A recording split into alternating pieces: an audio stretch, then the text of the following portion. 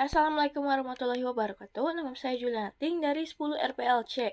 Nah, di sini itu saya membuat suatu program yaitu PMR Hardline. Nah, sebenarnya Hardline ini cuman saya rencanakan sebagai study planner ataupun ditambahkan dengan Pomodoro timer. Tetapi sewaktu saya membuat programnya, saya menemukan ide-ide baru. Jadi saya mengambil inspirasi dari konten donasi-donasi yang selalu muncul di FYP TikTok dan juga kasus-kasus yang saya lihat di online. Nah, kita langsung saja ya ke codingannya. Oke, baik, kita langsung saja ke intronya. Nah, di sini saya melakukan inisialisasi, jadi menggunakan fungsi void show intro-nya di sini memulai langkah-langkah inisialisasi khususnya untuk sistem operasi Windows Block, jadi menggunakan yang ini nih. Oke.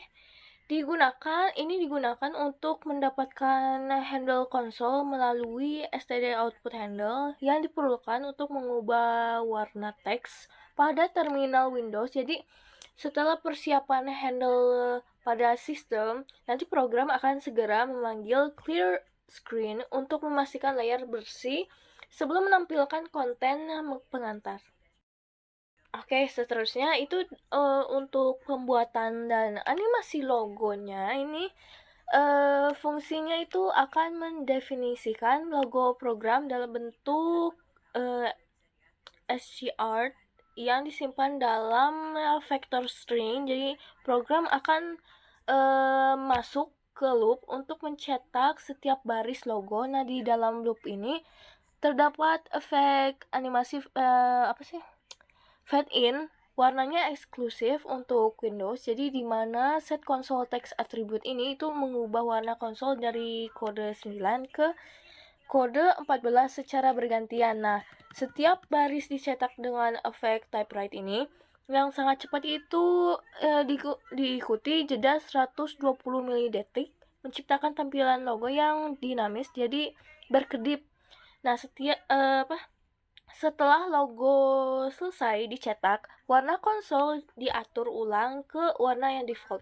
Nah, untuk pembuatannya logo sendiri itu saya nge-type secara manual.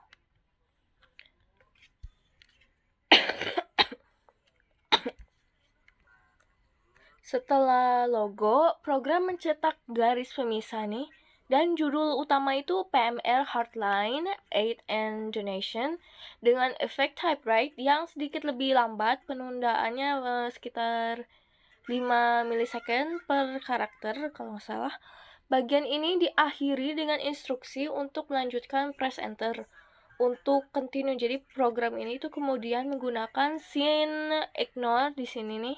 Nah, di sini sebagai jeda yang kokoh. Jadi menunggu pengguna itu menekan tombol enter setelah input diterima, layar dibersihkan kembali menggunakan clear screen.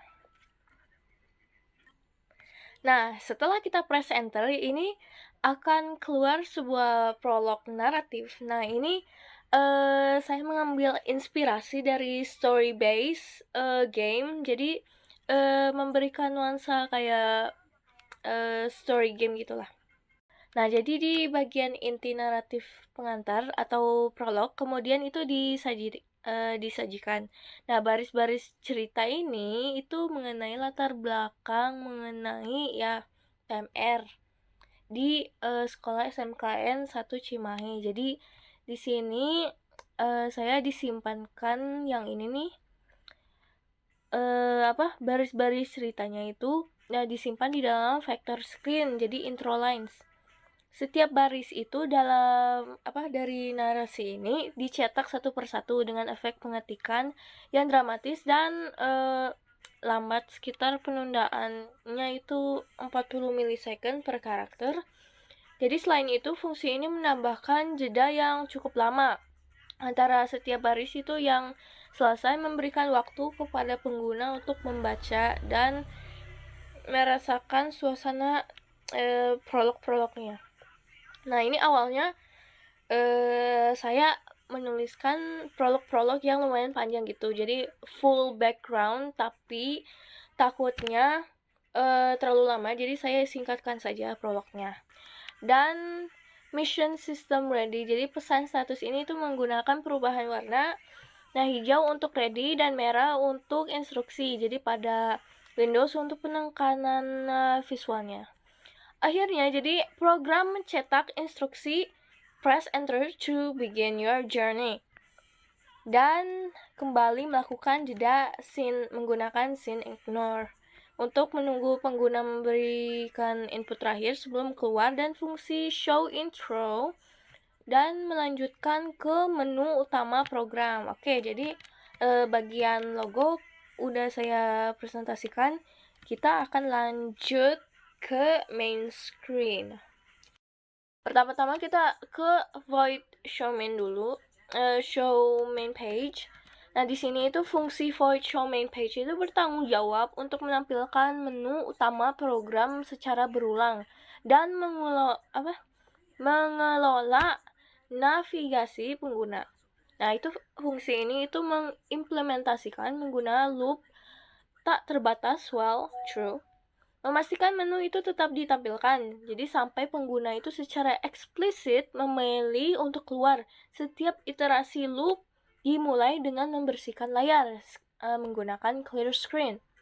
Kemudian, fungsi menampilkan judul program. Judul programnya itu PMR Hardline, menggunakan ASCII art yang besar dan diwarnai dengan merah. Nah, ini saya mewarnai dengan merah nih. Dan diikuti sama garis pemisah. Jadi dalam penggunaan code ini itu untuk warnanya menunjukkan bahwa aplikasi ini dirancang dengan kompatibilitas lah. Saya memilih merah biar menaungi PMR, soalnya merah warna utamanya. Nah, di dalam sini nih di bawah logo dan juga judul itu fungsinya itu menyajikan 4 opsi menu utama. Nah, di sini itu ada pertama number 1 view story cases, nomor 2 make a donation, nomor 3 start mission, dan nomor 4 itu exit program.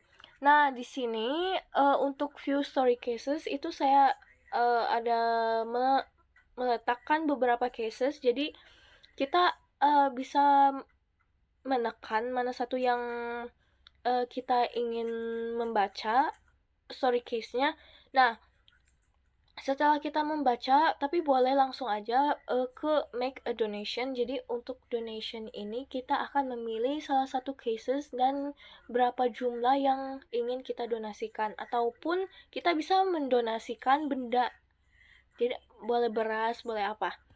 Kita fokus ke main page-nya dulu nih.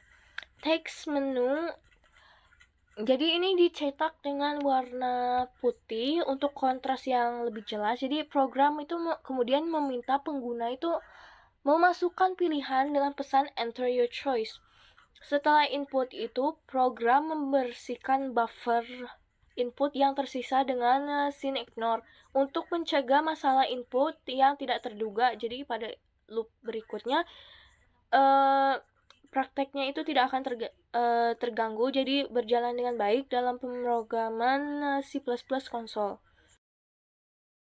Kita lanjut ke yang opsi pertama. Setelah kita menekankan untuk melihat story cases sebelum kita melakukan donasi, nah kita lihat dulu ini ada apa saja.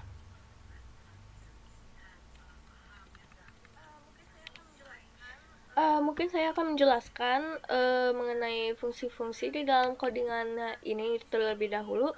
Nah, di sini untuk void view story cases itu bertanggung jawab untuk menampilkan daftar kasus donasi yang memungkinkan user untuk melihat detailnya.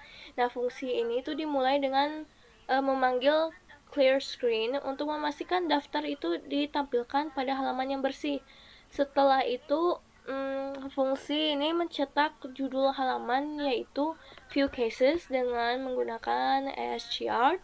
Nah, di sini juga yang view cases itu saya mengetik secara manual. Saya mencoba di website dengan cara cepat untuk membuat ASCII.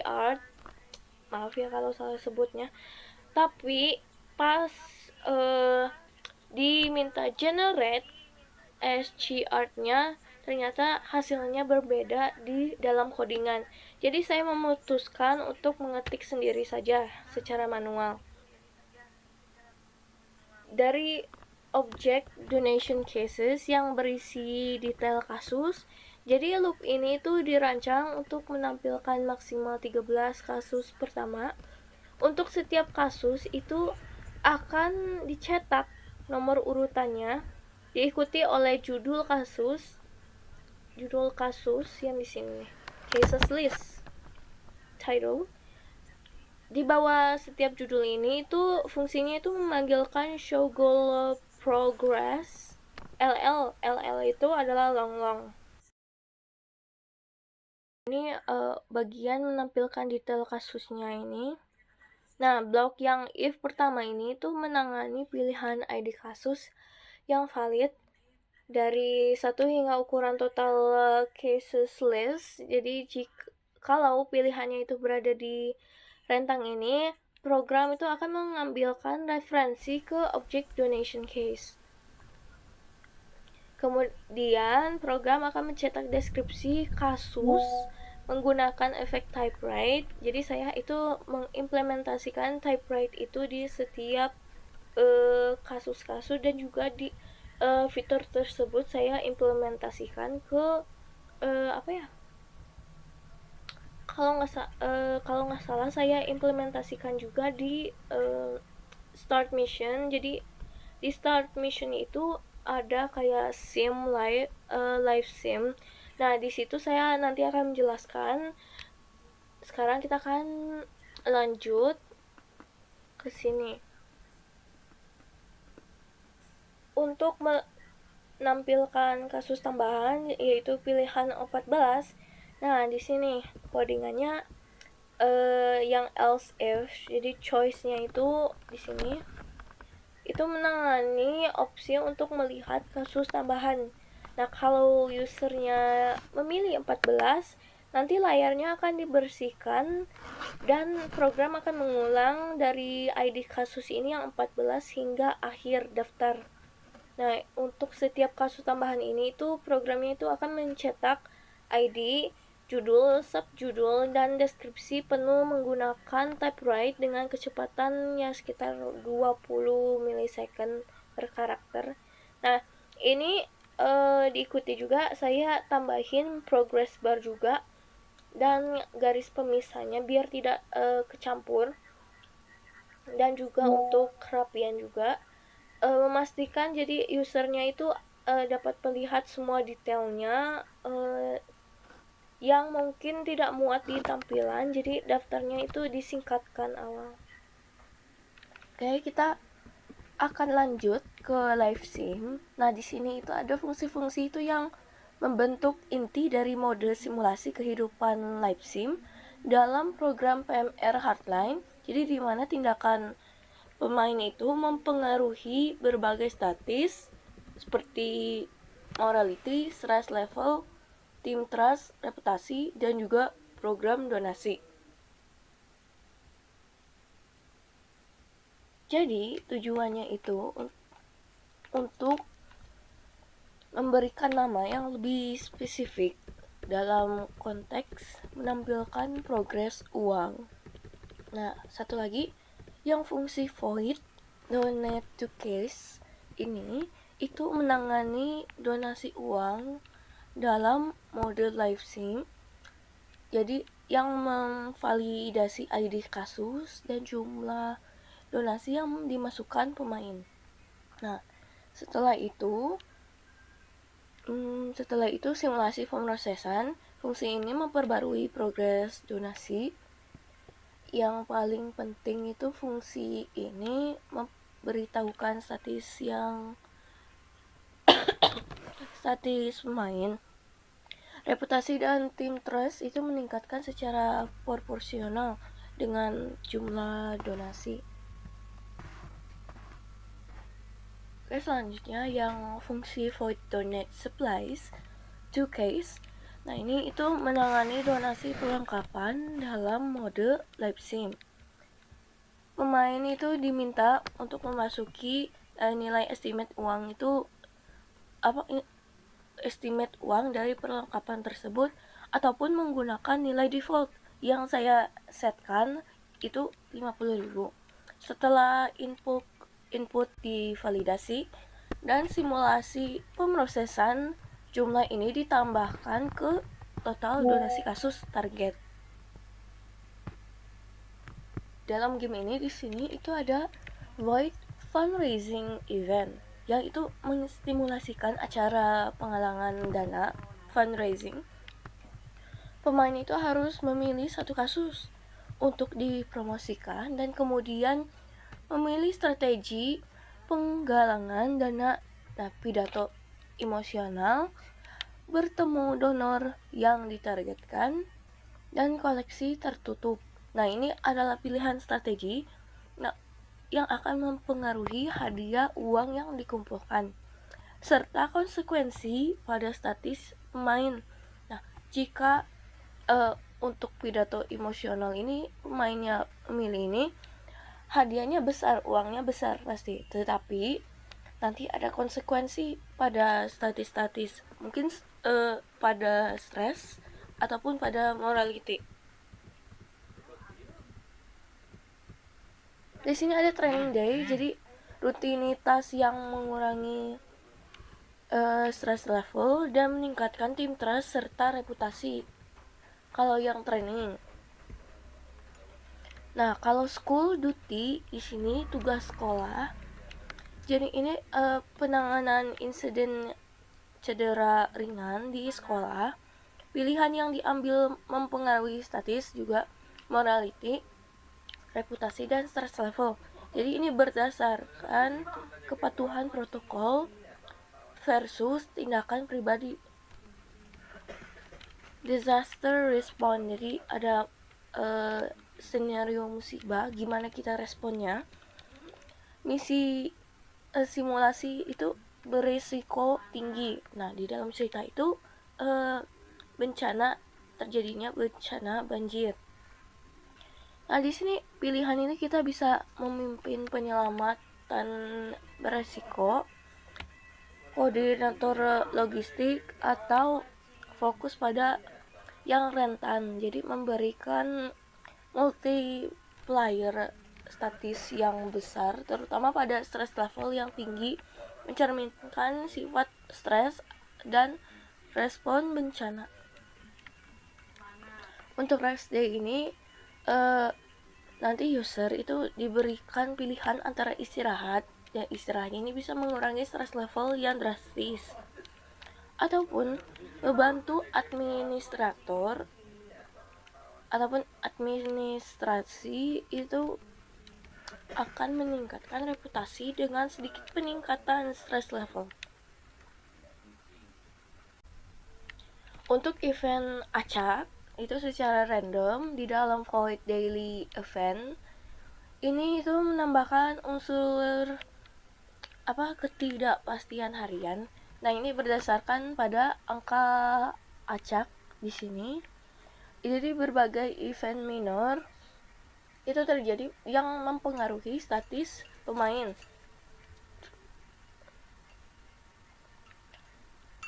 Nah, jika reputasi pemainnya itu tinggi, lebih dari 65, event donasi acak itu otomatis akan terjadi di mana kasus acak itu diterima donasi uang kecil. Nah, ini menunjukkan bahwa reputasi itu baik menarik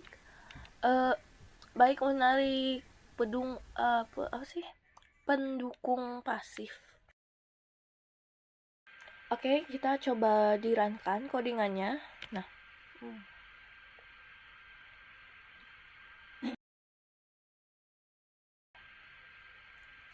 tampilan logo di sini.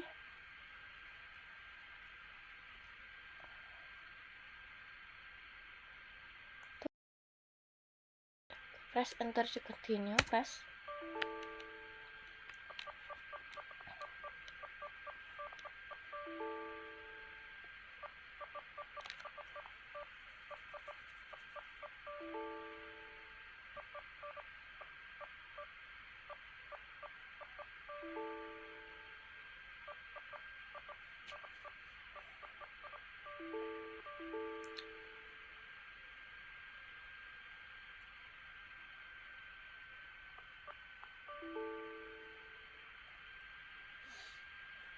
Okay, press enter to begin your journey. Enter. Prolognya udah. Nah, ini di sini ada main page. Nah, kita pilih nomor 1. Nah, ini banyak nih. Banyak kita banyak story cases di sini. Pilih mana ya? Oke, kita pilih yang 10. The other home needs hygiene, supplies, mobility aids. Enter your name untuk receipt. Nah, di sini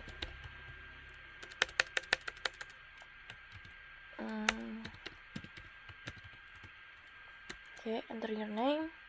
Nah, di sini sudah tercantum waktu dan juga tanggal.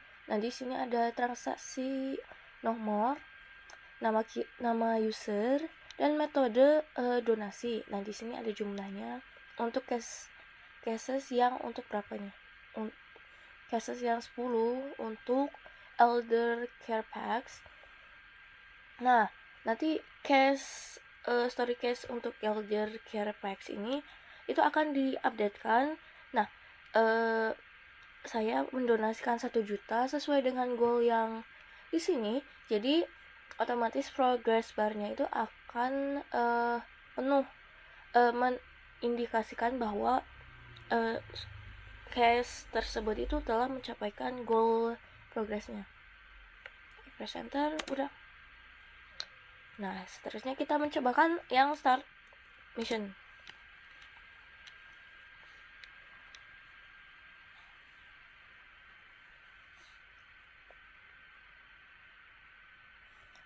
Nah, yang satu ini head to float zone dan 2 organize supplies. Ini itu outcome-nya sama aja. Ya, dengan dengan berbeda jalur saja. Tapi yang paling penting itu di sini, begin 10-day mission live sim. Awalnya mau di main page, tapi nggak tahu kenapa maunya disimpannya di sini. Mungkin biar itu aja, biar digabungkan aja ini mah. Kita begin processing progress. Oke. Kita akan mulai day 1. Nah, di sini ada morality, stress, reputasi 50 dengan team trust. Oke, di sini kurang rapi ya. Di sini. Ini belum dirapikan. Kita lanjut aja ya ke coba kita full training aja.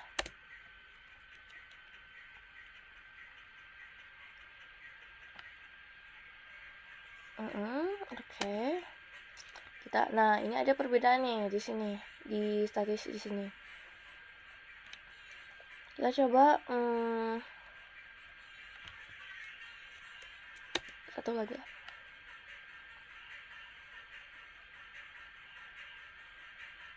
Oke. Ada beda juga di sini. Oke. Coba kita langsung aja ya ke fundraising. Nah, fundraising ini banyak banget. Sama kasus-kasus yang saya inputkan di sini. Kita pilih yang 10 aja.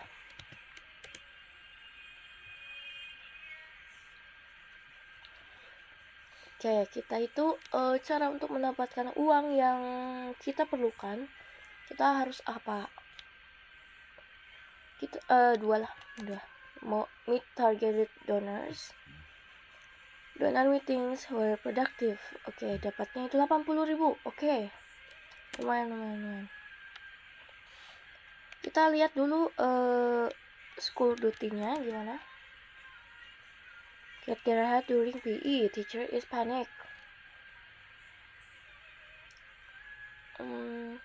Stabilize 2.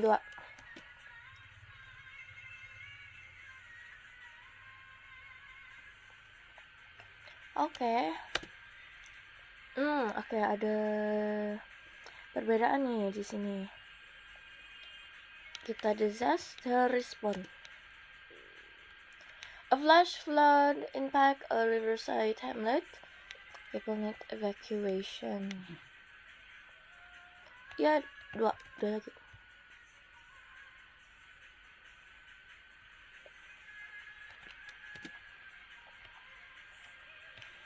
Kita inspect. Kalau yang ini cases menu, donasi cases ini.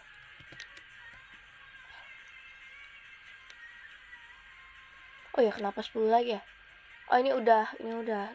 Kita ke case yang selanjutnya, 15 temporary shelter. Nah, ini adalah detail-detail dari kasus tersebut.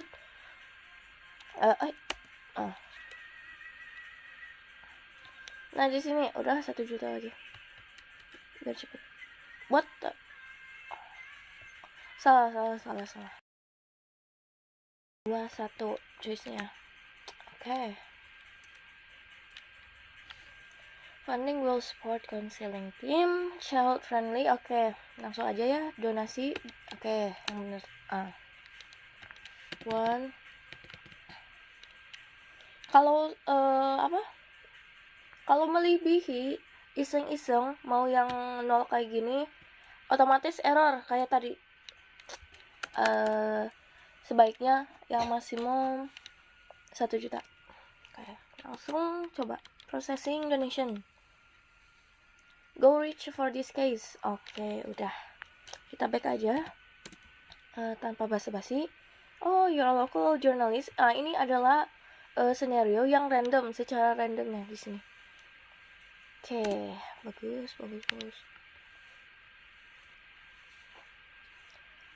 Coba ya kalau yang belum itu yang nomor 5. Admin. Nah, di sini coba help admin work. Kalau di sini itu akan reduce stress, oke. Tapi di gameplay ini mau increase reputasinya, coba. Nanti kita dapat endingnya apa.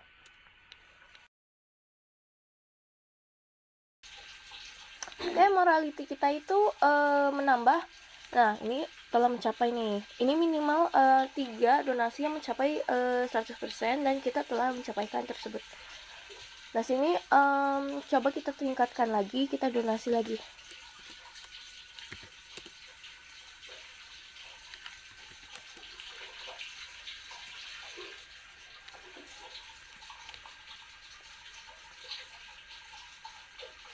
Kita coba donate money. Oke, 1 juta. Processing donation. Oke, back. Kalau mau apa ya? Kita lihat dulu ini. Press enter. 1 hari lagi. Kita coba donasi lagi. 12. Counseling and trauma care. Survivor show trauma symptoms. Jadi ya udah.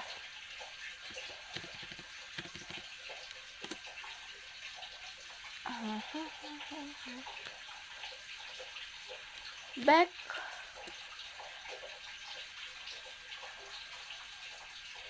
Oke, great news. 1 hari lagi. Nah, donasi. Coba donasi. Semoga dapat ending hero. Kita coba ya, apakah bisa. Heavy rains and termites have weakened the classroom roof. Dia ngasih uang lagi. Dan juga processing donation. Guys, langsung aja ya kita back. Nanti akan muncul summary. Nah, season concludes, evaluating outcome, hero volunteer. Udah succeed ya, mendapatkannya hero volunteer di sini. Nah, ini akan menunjukkan progres gini.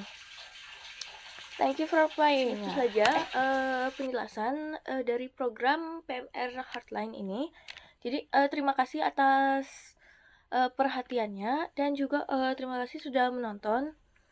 Wassalamualaikum warahmatullahi wabarakatuh.